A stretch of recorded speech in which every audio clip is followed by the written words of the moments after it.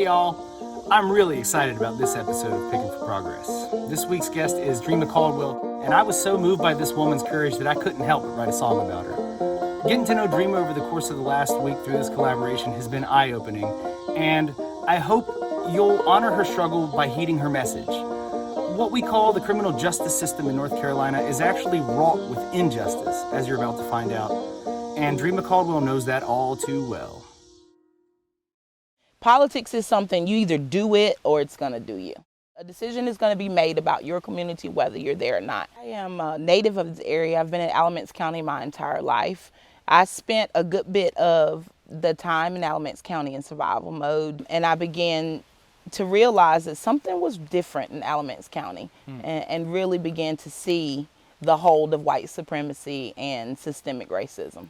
People have fought in my county, in my area, in my family for change. My mother, who I watched overcome being a teen mother, and she went to school full-time, nursing school full-time, while holding a full-time job and having 2 children at home. So I watched her do that so that we didn't have to grow up our whole life in public housing, and she was successful at getting us out of that.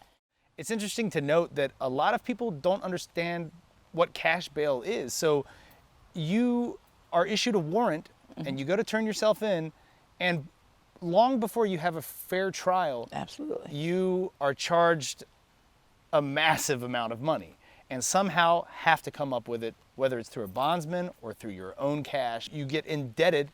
It's almost like you've been criminalized before you even got a right to defend yourself. Absolutely. I was charged with a crime and went on trial.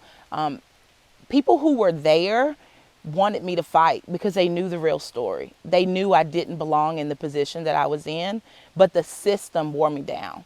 I spent many years on bail after paying a large bail, $40,000 bail. Getting an attorney cost a lot of money, and if I were to go to trial, it was going to cost $5,000 more that we didn't have. And so it became about not proving that I was right, and about taking the the least consequence that I could take at that time. It led me to the place to fight cash bail reform. It led me to the place to seek political office. It led me to the place to wanting other people who are formerly criminally involved or currently criminally involved to have a voice. And so here I am today. No justice, no peace. No justice, no peace. So this is the trouble that we are creating right now.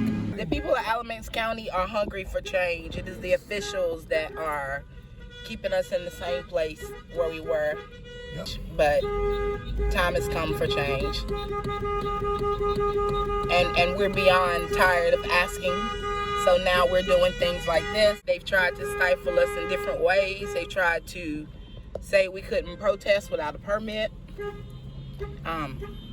And then we couldn't walk on the sidewalk near the monument. And today we had people arrested. Black and brown, we're finding that we are marginalized together, and we're standing up and refusing to be invisible anymore. I think that we are finding our power, our political power. And I think you'll see all across North Carolina a lot of Latinx organizations and a lot of indigenous organizations and Black organizations begin to work together for the sake of our democracy.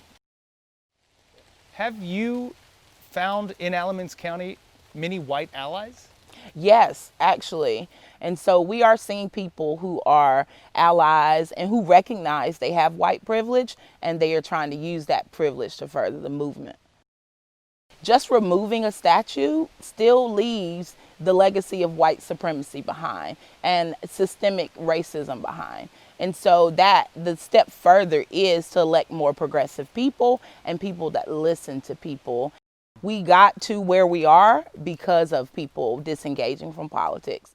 We've chosen to educate people so they understand what these elected officials are responsible for. In 2019, over 500,000 voters in North Carolina were purged from the voters' rolls. I think that is something that most people don't know. If they failed to vote a couple of presidential elections, then they may find themselves purged. We had a lot of ancestors that had given a lot of blood, a lot of sweat, a lot of tears. They've given their lives to make sure that all could vote. And so it is important that we access that right to vote because a lot has been put on the line. Alamance County is a pretty interesting reflection of this whole country if you think about it.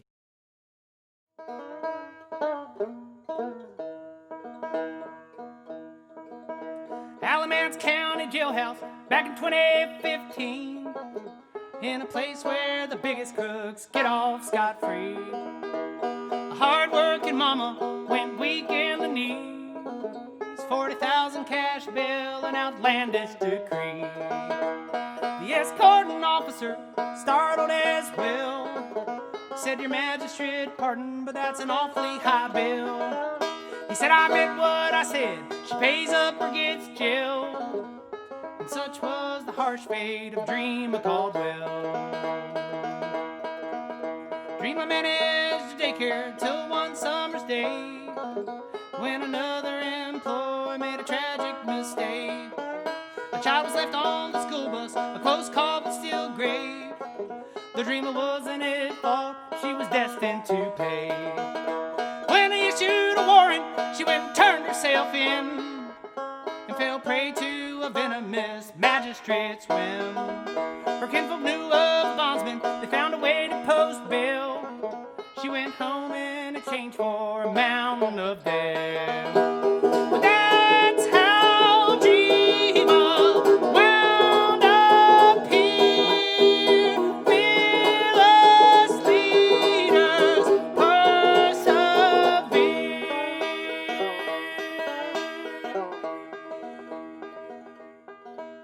Sheriff Johnson wants Mayberry, thinks Andy Griffith is real. Another twisted old man with cold-hearted ideals. His prison's raking in millions, stealing bonds from the poor. He takes great pleasure exacting what they cannot afford. Dreama was counseled to take a plea deal, which meant 3 woeful nights locked in concrete and steel, where she stared a sick system point blank in the eye, and vowed come hell or high water, one day she'd watch it die. And that's how Dreama wound up here. Fearless leaders persevere. Fight on, Dreama, through the years. Sent to lead and help us heal.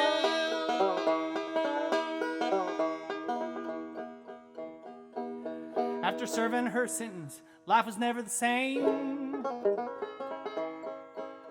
With a criminal record tethered tight to her name, or the death growl of Dixie amidst a brutal firestorm, Dreama Caldwell has risen.